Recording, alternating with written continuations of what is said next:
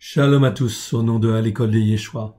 Bienvenue donc à cette annonce ici, donc mai 2021, nous vous annonçons là une première. C'est là une première. Place à la véritable lumière qui n'a rien à voir avec les ténèbres.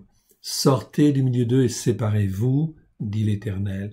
Ne touchez pas à ce qui est impur. Ou alors, quel rapport y a-t-il entre la justice et la transgression de la Torah? 2 Corinthiens, chapitre 6, verset 14 à 18.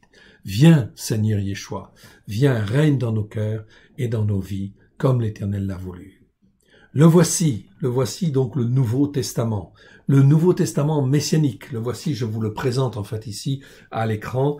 Donc voilà un ouvrage que nous avons édité. Nous avons passé beaucoup de temps, mon épouse et moi, à le concevoir afin qu'il soit riche en fin de compte de vérité sur la Torah, les prophètes et les psaumes, à la gloire de l'Éternel. C'est en fait ici un Nouveau Testament messianique sur les racines hébraïques de la foi. Enfin, elle est là, cette Brit Hadasha. Brit Hadasha, ça veut dire alliance nouvelle, qui montre, et ça c'est important, l'accomplissement des promesses de l'Éternel au travers de Yeshua, celui qui est appelé le Christ. Son nom, c'est la Torah accomplie, comme vous le voyez à l'écran. Vous l'avez en fait sur l'écran en fait également. Vous le voyez en fait en visuel. Ici, c'est un ouvrage en fin de compte, ici très très important, fondamental. Donc, son nom, c'est la Torah accomplie. Conformément, pourquoi la Torah accomplie? Parce que c'est conforme à la volonté de Elohim. L'Elohim d'Abraham, de Yitzhak et de Yaakov, ainsi qu'elle est exprimée par le prophète Yirmeyahu, c'est-à-dire Jérémie, dans Jérémie 31, 31 à 34, où Dieu dit « Je ferai une alliance nouvelle ». Et cette alliance nouvelle consistera à ce que je puisse écrire ma Torah dans les cœurs.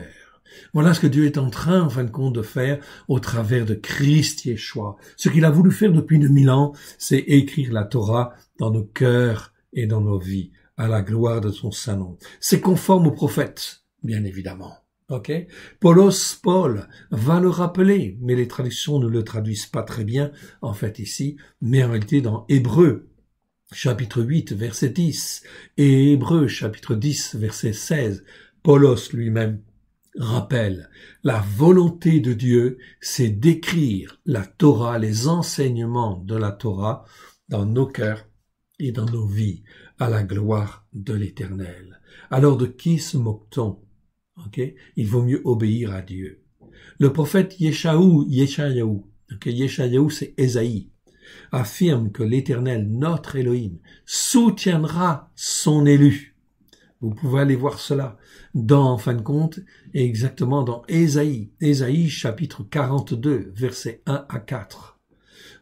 Il affirme que l'Éternel, notre Elohim, soutiendra son élu, l'élu qu'il s'est choisi, il dit même, jusqu'à ce que les nations espèrent en sa Torah. Ésaïe 44, versets 1 à 4. Vous pouvez vérifier. L'élu qu'il s'est choisi, c'est qui? C'est bien sûr Yeshua, celui qui est appelé le Christ. Depuis 2000 ans déjà, la bonne nouvelle au travers de Yeshua, celui qui est appelé le Christ, est annoncée. Oui, on le voit. Mais on annonce toujours, en fin de compte. Mais on enseigne toujours, 20 siècles plus tard, aujourd'hui, nous sommes en 2021. 20 siècles plus tard, on enseigne toujours le mensonge. Et en fin de compte, de nombreuses fausses doctrines. Il y a un peu de vrai, oui bien sûr, mais il y a du mensonge et il y a de fausses doctrines. Officiellement instituées par l'empereur romain Constantin au IVe siècle avec l'Église catholique. Quand il fonde l'Église catholique, il met en place un certain nombre de doctrines et d'enseignements qui sont erronés, que les protestants ont repris. Voilà pourquoi Luther, à la fin de sa vie, disait, en fait, nous n'avons pas changé grand-chose. Nous sommes en fait une église fille de Rome. Et ensuite sont venus les évangéliques. Et les évangéliques, en fait, ils ont brillé un moment, en fait, ici. Un moment parce qu'ils ont reçu ceci, un moment parce qu'ils ont reçu cela. Mais ils n'ont pas persévéré. Ils ont gardé les racines de l'empereur romain Constantin. Au lieu de se poser les bonnes questions et de dire « nous nous sommes trompés, humilions-nous et venons sur la montagne de Tsion », eh bien, effectivement, ils ne se sont pas repentis. Aujourd'hui, en fin de compte, ici, le monde le monde, comment dire, chrétien est englué dans des fausses doctrines, des faux enseignements. Venez, venez mes frères, regardez en fin de compte ce que Christ et ses disciples ont voulu dire au 1er siècle. Okay? Là, vous le découvrirez. Venez mes frères et mes sœurs en Christ et montons à Sion, sur la seule montagne spirituelle que l'Éternel a établie pour nous. Là où se trouve en fait notre Sauveur, notre Seigneur, notre Maître, Yeshua, celui qui est appelé le Christ. En réalité, ce n'est pas compliqué. Non, c'est pas compliqué en soi, parce que Yeshua et ses disciples nous ont montré la voie. Il suffit de suivre les poteaux indicateurs. Et cette traduction ici, que nous avons revue dans le détail ici, cette traduction, mon frère, ma sœur, nous permet de la voir et de choisir la bonne voie. Même le mot voie a été changé, en fait, dans les traductions, et ça a été changé par doctrine, en fait, ici. Non, il ne s'agit pas de doctrine, c'est marqué le mot voie, en fait, en grec. Comme le mot derer, en fait, en hébreu, c'est la voie que Dieu a tracée au travers de Christ Yeshua. Il faut venir sur cette voie-là, bien évidemment, choisir la bonne voie et, en fait, avancer sur cette voie-là. Et c'est important, car nous sommes presque à la fin du temps des nations. L'Antéchrist va bientôt venir. Avant que l'Antéchrist ne paraisse dans ce monde pour régner sur la terre, écoutez la parole de l'Éternel, que l'Éternel nous a donnée.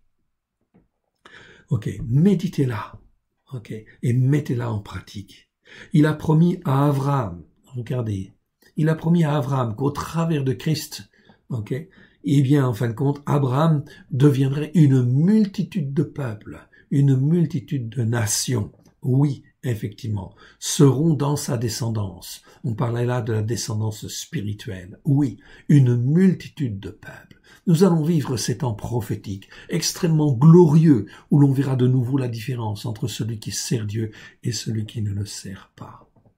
Notre Père Céleste réalise toujours ce qu'il a annoncé d'avance. Venez et marchons sur les traces de nos pères, de nos vrais pères, dans la foi, qui sont Abraham, qui sont Yitzhak, qui sont Yaakov. On a besoin de connaître ces hommes-là, savoir comment ils ont marché par la foi, parce que cela nous instruit, cela nous façonne, cela nous donne des références. Ce sont nos vrais pères dans la foi.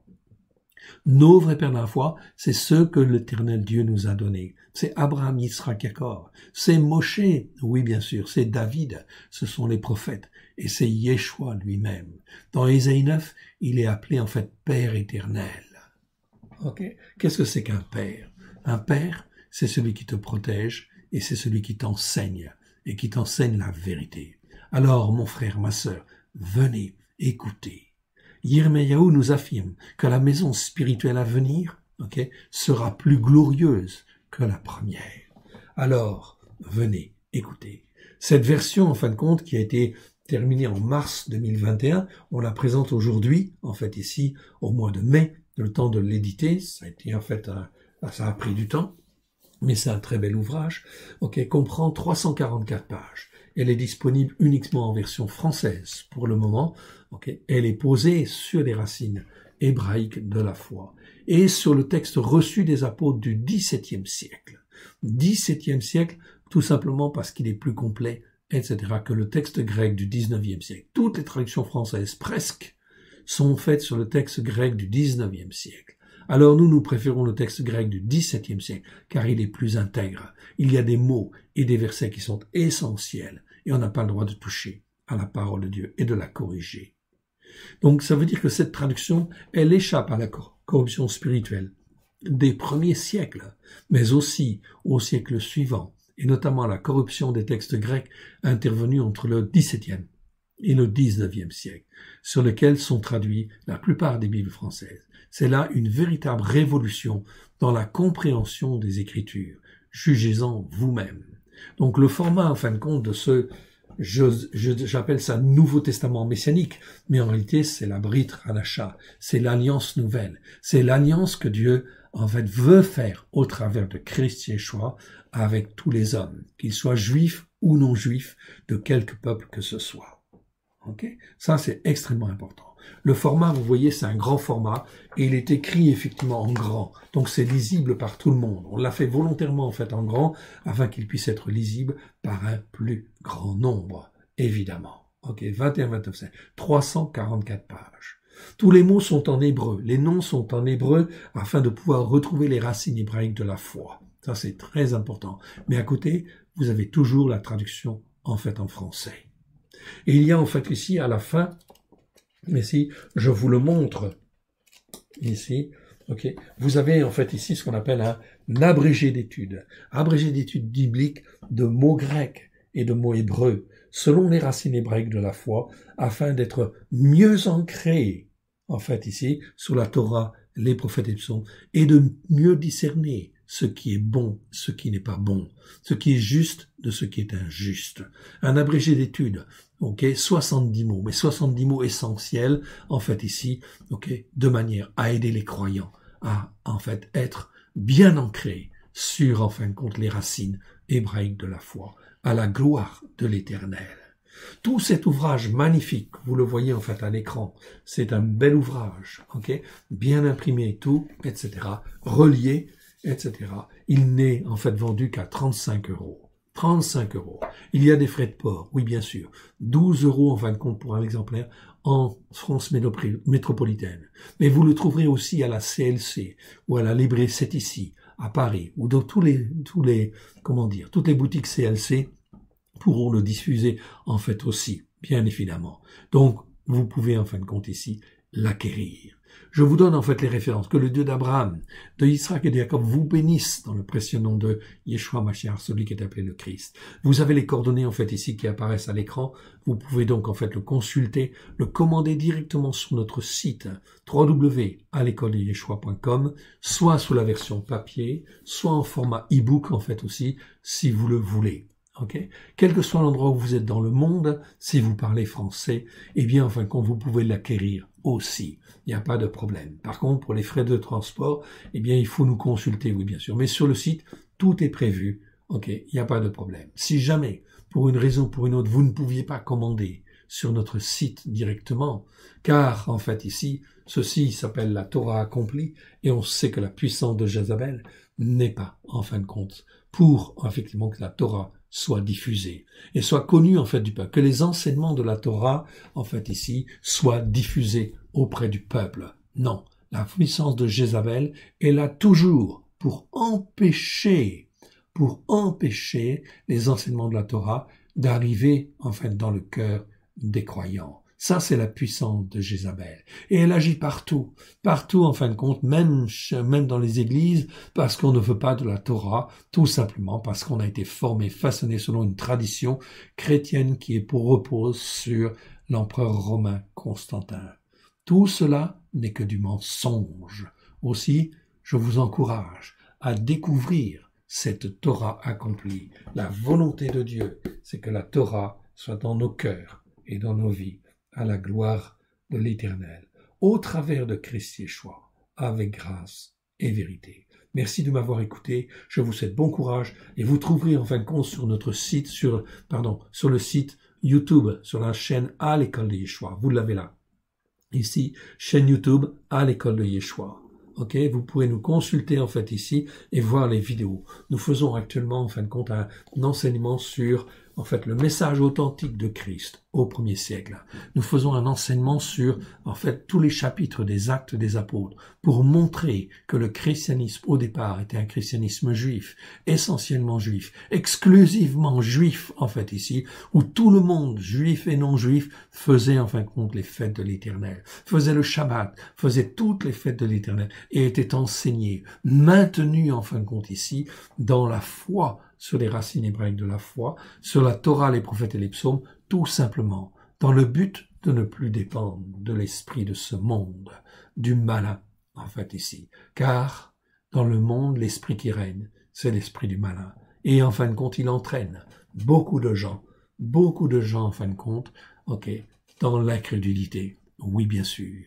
Dans les plaisirs de ceci ou les plaisirs de cela, ou en fin de compte, dans en fait toutes sortes de fausses doctrines. Et il va y avoir beaucoup de faux docteurs et de faux enseignements. Voilà pourquoi il faut apprendre à discerner et à être bien ancré sur la Torah, les prophètes et les psaumes, afin d'apprendre à discerner ce qui est bien et ce qui est mal devant Dieu. Donc sur la chaîne YouTube à l'école, vous allez sur la YouTube et vous tapez à l'école de Yeshua. Et là, effectivement, eh bien, en fin de compte, vous tomberez sur tout un certain nombre d'enseignements, sur la Torah, les prophètes et les psaumes, mais aussi sur, en fait, la Brit Hadasha. Et actuellement, comme je vous disais tout à l'heure, nous faisons un enseignement sur tous les actes des apôtres pour découvrir le message authentique de Christ au premier siècle et de ses disciples. Qu'est-ce qu'ils ont dit? Comment ils ont enseigné? Eh bien, là, nous avons des éléments. Et en fin de compte, nous regardons cela dans le détail. Que l'Éternel Dieu vous bénisse et vous garde. Ok? Que Dieu vous bénisse et Dieu vous garde au travers de Christ Yeshua, son Fils bien-aimé. Alléluia. Que Dieu vous bénisse, Dieu vous garde. Shalom à tous, au nom de l'école de Yeshua. Soyez encouragés et fortifiés, et n'hésitez pas à proclamer la parole de Dieu, mais proclamer sur la Torah les prophètes et les psaumes, à la gloire de l'Éternel, au travers de Christ Yeshua. Yeshua est venu accomplir. Alors, il veut accomplir, et Dieu, en fin de compte, veut que la Torah soit une référence pour toutes les nations. C'est écrit dans Ésaïe chapitre 4, chapitre 42, versets 1 à 4. Regardez le projet de Dieu, c'est que toutes les nations espèrent en sa Torah. Amen. Que Dieu vous bénisse. Shalom à tous. Amen. Et à très bientôt sur les ondes, on va dire. Que Dieu vous bénisse et Dieu vous garde. Shalom à tous.